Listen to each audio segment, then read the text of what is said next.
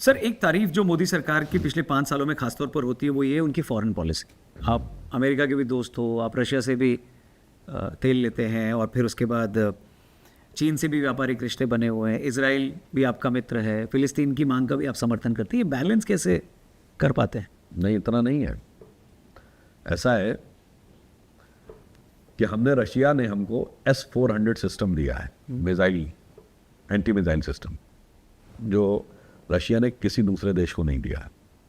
और अमेरिका ने हमको प्रीडेटर ड्रोन दिया है, जो नेटो के बाहर किसी कंट्री को नहीं दिया है। आप सोचिए, यह भारत की क्षमता का प्रतीक है। कैसे? मैं आपको बता रहा हूं। अब आप ये भी देखिए, रशिया कहता है India is our traditional ally, America कहता है India is our strategic ally.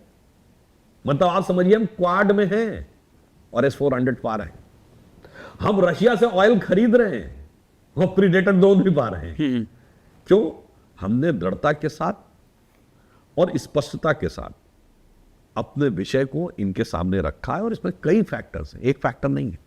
देखिए, भारत ने अपनी मोदी जी के आने के बाद जो पूरी अर्थव्यवस्था की एक रिजुविनेशन हुआ है, उससे हम जिस ढंग से उभर के सामने आए। दूसरा, इंडिया की फॉरेन पॉलिसी का एक बहुत बड़ा वीक पॉइंट, हम एक सॉफ्ट स्टेट माने जाते थे। हमारी फौज जीतती थी, हम समझौते की टेबल में सब हार के चले आते थे।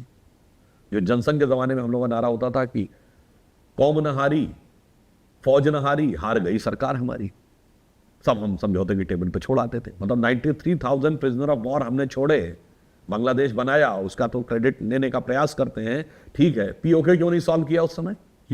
अच्छा चलिए, ये हमारे 54 प्रिजनर ऑफ वॉर जो पाकिस्तान में थे वो हमने वापस नहीं दिए, 93,000 दे दिए। तो ये जो विचित्र स्थितियां चलती थी, अब भारत ने दिखाया कि अब भारत एक अलग स्थिति में। पहले कोई भी आता था यहाँ आतंकवादी घटना करके चला जाता था, आया घुस के मार के चला गया। भारत घुस के मार के आता है, तो इनमें अंतर आया। और दूसरा, हमने उन देशों को समझाने में भी सफलता हासिल की कि हम आपके हित का भी ध्यान रख रहे हैं और आप हमारी परिस्थिति को भी समझिए। आप याद करिए, व्लादिमीर पुतिन के साथ बात करते हुए प्रधानमंत्री मोदी जी ने भारतीय छात्रों को लाने के लिए दोनों सरकारों का शुक्रिया किया, यूक्रेन का भी और रशिया का भी। और अभी यूक्रेन के विदेश मंत्री भारत के दौरे पे थे। आप सोचिए, भारतीय छात्रों को लाने के लिए यूक्रेन और रूस दोनों की फौजों ने उन बसों को आने दिया। इससे पहले यमन में लड़ाई हुई, तो यमन के दोनों वॉरिंग ग्रुप्स, मतलब यमन की सरकार और जो यमन के विरोधी थे, वो 2 घंटे के लिए सीज फायर करते थे ताकि भारतीयों के जहाज आ सके। और हमने 19 देशों के नागरिकों को उससे निकाला, जिसमें हमारे अगल बगल वाले नेपाल, बांग्लादेश, पाकिस्तान वाले तो थे ही थे, इसके अलावा तमाम यूरोपियन देश और अमेरिका के लोगों को भी निकाला। तो ये भारत की दक्षता का प्रमाण है। और कई को पूछेगा, चलिए आपने कह दिया, ये हुआ कैसे? मैं एक उदाहरण बताना चाहता हूँ। मोदी जी ने आने के बाद फॉरेन पॉलिसी में क्या चेंज किया? इससे पहले क्या होता था, फॉरेन पॉलिसी 3 चीजों पे घूमती थी, स्ट्रेटेजिक एस्पेक्ट, मिलिट्री एस्पेक्ट और इकोनॉमिक एस्पेक्ट। उन्होंने 2 नए डायमेंशन जोड़े, कल्चरल डिप्लोमेसी और डायस्पोरा, यानी भारतवंशी। इससे पहले कभी प्रधानमंत्री आता तो भारतवंशियों का एड्रेस नहीं करता था, अब भारतवंशियों से एड्रेस करते हैं। जो कल्चरल डिप्लोमेसी है उसके साथ कनेक्ट किया। पहले लोग कल्चरल डिप्लोमेसी से कनेक्ट करने में डरते थे, उनको लगता था भारत की राजनीति में आंतरिक मामले के ऊपर उनके ऊपर हिंदुत्व की छाप ना लग जाए, कि अगर वो काठमांडू के पशुपतिनाथ मंदिर में जाकर दर्शन करते नजर आएंगे, अगर वो बौद्ध मंदिर में जाकर दर्शन करते नजर आएंगे थाईलैंड में, तो ये ना लगने लगे कि दूसरा समुदाय नाराज हो रहा है। तो इस कारण से यह स्थिति बनी। और फिर कुछ साहब लीडर की पर्सनल कैपेबिलिटी भी होती है कि जो व्यक्तिगत संबंध बैरक ओबामा से लेके और जॉय बाइडेन तक, और आपने देखा ऑस्ट्रेलिया के प्राइम मिनिस्टर से लेके और ब्रिटिश प्राइम मिनिस्टर तक, प्रधानमंत्री जी ने डेवलप करने में सफलता हासिल की है। और उसका भी श्रेय, और मैं उसका सब कुल मिलाकर सारा श्रेय जानते हैं किसको देना चाहता हूं?